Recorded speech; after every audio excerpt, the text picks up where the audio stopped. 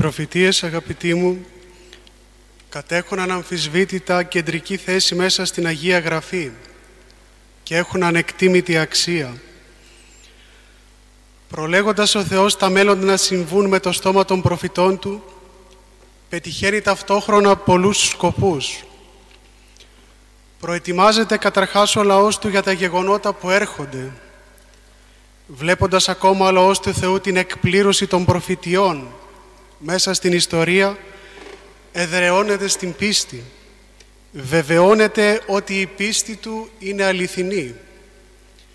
Έχει όμως και τη βεβαιότητα ότι και οι υπόλοιπες προφητείες, αυτές που αναφέρονται στο μέλλον και οι οποίες δεν έχουν εκπληρωθεί ακόμα, οπωσδήποτε θα πραγματοποιηθούν, όπως πραγματοποιήθηκαν και οι προηγούμενες.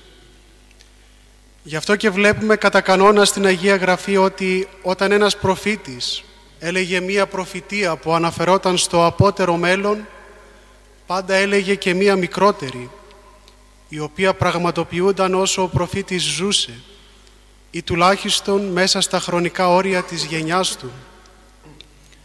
Με τον τρόπο αυτό, βλέποντας οι άνθρωποι της εποχής του προφήτου τη μικρή προφητεία να εκπληρώνεται στις μέρες τους, είχαν τη βεβαιότητα ότι και η μεγάλη προφητεία, η οποία αναφερόταν στο μέλλον, οπωσδήποτε θα πραγματοποιούνταν.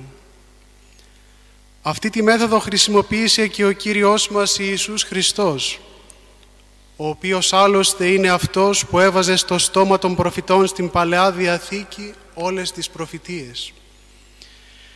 Μία τέτοια διπλή προφητεία του Κυρίου, η οποία αναφέρεται στην καταστροφή του ναού του Σολομώντος και της Ιερουσαλήμ, αλλά και στην καταστροφή του κόσμου στο τέλος της ιστορίας, ακούσαμε λοιπόν στην Ευαγγελική περικοπή της Θείας Λειτουργίας.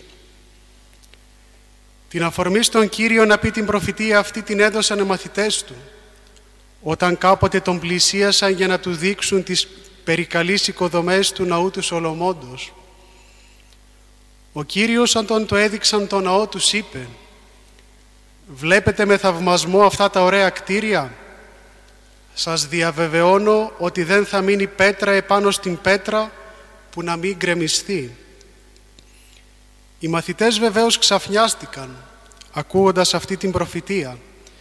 Γι' αυτό και πλησίασαν τον Κύριο ιδιαιτέρως και τον ρώτησαν: «Πότε θα γίνουν όλα αυτά και ποιο είναι το σημάδι που θα προαναγγέλει την παρουσία Σου?» Και ο Κύριος τότε τους είπε: «Προσέχετε να μην σας πλανήσει κανείς, διότι πολλοί θα έλθουν λέγοντας ότι είναι ο Μεσσίας και θα πλανήσουν πολλούς. Θα ακούτε πολέμους και ακοάς πολέμων, ειδήσεις για πολέμους δηλαδή που θα γίνονται σε άλλες χώρες. Θα ξεσηκωθεί το ένα έθνος εναντίον του άλλου και θα έλθουν πείνες και μολυσματικές επιδημίες και σεισμοί σε διαφόρους τόπους. Τότε θα σας παραδώσουν για να βασανιστείτε και θα σας μισούν όλα τα έθνη εξαιτίας μου, επειδή θα πιστεύετε στο όνομά μου. Και τότε πολλοί θα σκανδαλιστούν και θα κλονιστούν στην πίστη και θα παραδώσουν ο ένας τον άλλον στους απίστους άρχοντες. Και επειδή θα πληθύνει η ανομία, θα ψυχρανθεί η αγάπη των πολλών. Όποιος δε υπομείνει μέχρι το τέλος, αυτός θα σωθεί». Η προφητεία αυτή του Κυρίου έχει πολύ μεγάλη αξία για όλους μας, διότι μας αποκαλύπτει το τι θα γίνει στα έσχατα της ιστορίας, ώστε να προετοιμαστούμε κατάλληλα και κυρίως για να μην πλανηθούμε, όπως μας προειδοποίησε ο Κύριος, αλλά να κρατήσουμε την ορθή πίστη. Ο Κύριος μίλησε αρχικά για την καταστροφή του ναού που θα γινόταν με την καταστροφή της Ιερουσαλήμ. Η προφητεία αυτή, τη χρονική στιγμή που υπόθηκε, φαινόταν ότι ήταν απίθανη να πραγματοποιηθεί. Τίποτα δεν προμείνει την καταστροφή που θα ερχόταν. Πραγματοποιήθηκε όμως το 70 μετά Χριστόν, όταν ο Ρωμαίος στρατηγός Τίτος μπήκε στην Ιερουσαλήμ και την κατέστρεψε ολοκληρωτικά. Η εκπλήρωση αυτής της προφητείας έρχεται αφενός μεν να μας αποδείξει ότι ο Ιησούς, που είπε την προφητεία αυτή είναι πράγματι ο ενανθρωπίσας Υιός του Θεού και αφετέρου να μας βεβαιώσει ότι σίγουρα θα πραγματοποιηθεί και το άλλο μέρος της προφητείας που αναφέρεται στο τέλος του κόσμου και σε όλα όσα θα προηγηθούν. Οι άνθρωποι σήμερα δεν πιστεύουν ότι θα έρθει το τέλος του κόσμου και της ιστορίας και ότι ο Χριστός θα ξανάλθει για να μας κρίνει, όπως και τότε δεν μπορούσε να κατανοηθεί η προφητεία της καταστροφής της Ιερουσαλήμ. Η εκπλήρωση της προφητείας της καταστροφής της Ιερουσαλήμ όμως έρχεται να μας βεβαιώσει και για την καταστροφή του κόσμου. Η καταστροφή της Ιερουσαλήμ αποτελεί εικόνα, προτύπωση της καταστροφής του κόσμου. Εκείνο που είπε ο Κύριος επαληθεύθηκε κατά το ήμιση. Δεν μένει λοιπόν παρά να επαληθευθεί και το άλλο ήμιση. Γιατί όμως καταστράφηκε η Ιερουσαλήμ? Ήταν μία τιμωρία. Μία τιμωρία διότι δεν δέχθηκε τον Μεσσία, τον Ιησού Χριστό. Το αποκάλυψε ο ίδιος ο Κύριος όταν κάποτε βλέποντας την Ιερουσαλήμ από μακριά έκλαψε και απευθυνόμενος προς αυτήν είπε «Θα καταστραφείς ανθώνου και έγνωστον καιρών της επισκοπής σου, διότι δεν κατάλαβες δηλαδή την επίσκεψη του Θεού». Η καταστροφή της λοιπόν ήταν αποτέλεσμα της οργής του Θεού, διότι δεν δέχθηκε το Μεσσία και αποστάτησε. Για τον ίδιο λόγο θα έχουμε και την καταστροφή του κόσμου. Είναι δύο παράλληλα γεγονότα. Αλλά και τα γεγονότα που θα προηγηθούν της καταστροφής του κόσμου, όπως τα περιέγραψε ο Κύριος, δηλαδή οι πόλεμοι, οι πείνες, οι σεισμοί, οι μολυσματικές επιδημίες, θα είναι συνέπειες της αμαρτίας και του ότι ο κόσμος δεν θα δεχθεί το κήρυγμα του Ευαγγελίου. Ο Θεός, όπως γράφει το βιβλίο της Αποκαλύψεως, θα δίνει πληγές με σκοπό να οδηγήσει τους ανθρώπους στη μετάνοια. Οι άνθρωποι όμως, αντί να μετανοούν, θα σκληραίνουν ακόμα περισσότερο. Όχι μόνο δεν θα δέχονται το Ευαγγέλιο, αλλά και θα στρέφονται εναντίον του Ευαγγελίου. Ακόμα και οι άνθρωποι που κάποτε είχαν πιστέψει στο Χριστό θα αποστατήσουν και θα διώξουν την Εκκλησία, θα διώξουν τους χριστιανούς. Και τότε σκανδαλιστήσονται πολλοί και αλλήλους παραδώσουσι. Ακούσαμε να λέει ο Κύριος. Σε τι θα σκανδαλιστούν?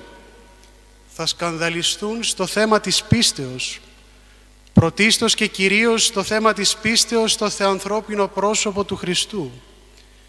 Και το αποτέλεσμα της απουσίας της πίστεως και της αποστασίας θα είναι ο ένας να μισεί τον άλλον και ο ένας να προδίδει τον άλλον. Η αγάπη των πολλών θα ψυχρανθεί.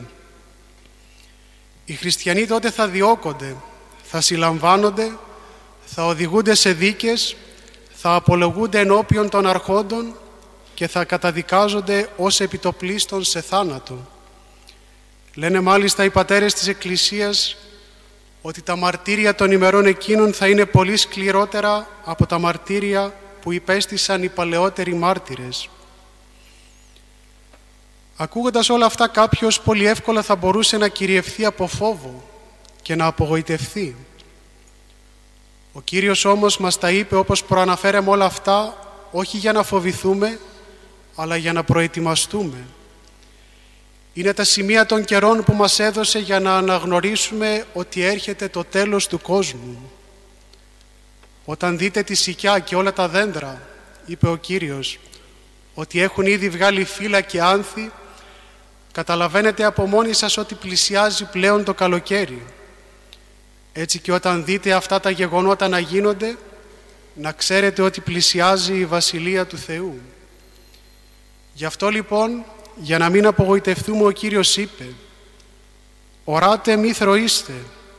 Προσέξτε δηλαδή να μην ταράσεστε, να μην αναστατώνεστε, διότι όλα αυτά τα γεγονότα πρέπει να συμβούν. Τι θα πρέπει να κάνουμε όταν αρχίσουν να γίνονται όλα αυτά? Μας το είπε και πάλι ο Κύριος. «Ανακύψατε και επάρατε τα σκεφαλάς ημών, διότι εγγίζει η απολύτρωση ημών. Σηκώστε δηλαδή τα κεφάλια σας ψηλά, αναθαρίστε, διότι πλησιάζει η απολύτρωσή σας. Ό,τι και να περάσετε, μία τρίχα από το κεφάλι σας δεν θα χαθεί. Και ποιο είναι το κλειδί για να εξέλθουμε νικητές από τις δοκιμασίες αυτές? Η υπομονή. Ο δε υπομείνας εις τέλος, ούτως σωθήσετε. Αυτός που θα δείξει υπομονή μέχρι το τέλος δηλαδή, αυτός θα σωθεί. Η υπομονή είναι το κλειδί που θα ανοίξει την πύλη της σωτηρίας μας. Η υπομονή ως σταθερότητα στην πίστη και ως καρτερία στους πειρασμούς και τις δοκιμασίες. Να μην λυγίσουμε υπό το βάρος των δοκιμασιών και κλονιστεί η πίστη μας στο θεανθρώπινο πρόσωπο του Χριστού, διότι αυτή αποτελεί το κριτήριο της σωτηρίας μας. Αγαπητοί μου, ο Κύριος, τελειώνοντας την προφητεία αναφορικά με την καταστροφή της Ιερουσαλήμ αλλά και του κόσμου, είπε: «Ο ουρανός και η γη παρελεύσονται, οι δε λόγοι μου ου μη παρέλθωση».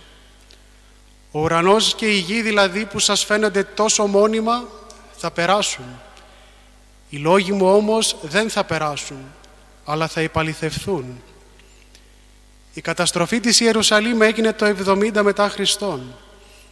Απομένει λοιπόν η εκπλήρωση και του δευτέρου μέρους της προφητείας που αναφέρεται στο τέλος του κόσμου.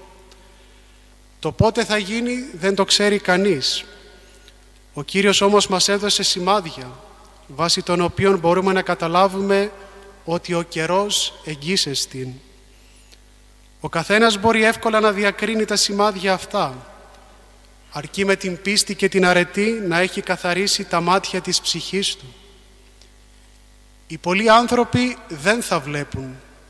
Οι χριστιανοί όμως που θα βλέπουν θα πρέπει όχι να φοβούνται και να απογοητεύονται, αλλά να χαίρονται, διότι πλησιάζει η σωτηρία τους.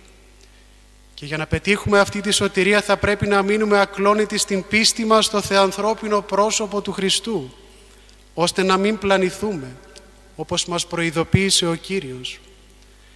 Τη στιγμή που οι άλλοι θα αποστατούν και θα προδίδουν την πίστη, θα πρέπει να δείξουμε υπομονή, καρτερία και σταθερότητα, για να μπορέσουμε να ξεφύγουμε τους μεγάλους πειρασμούς και την ευρεία πλάνη των ημερών εκείνων και να μπορέσουμε έτσι να σταθούμε με θάρρος και χαρά έμπροσθεν του βήματος του Χριστού. Αμήν.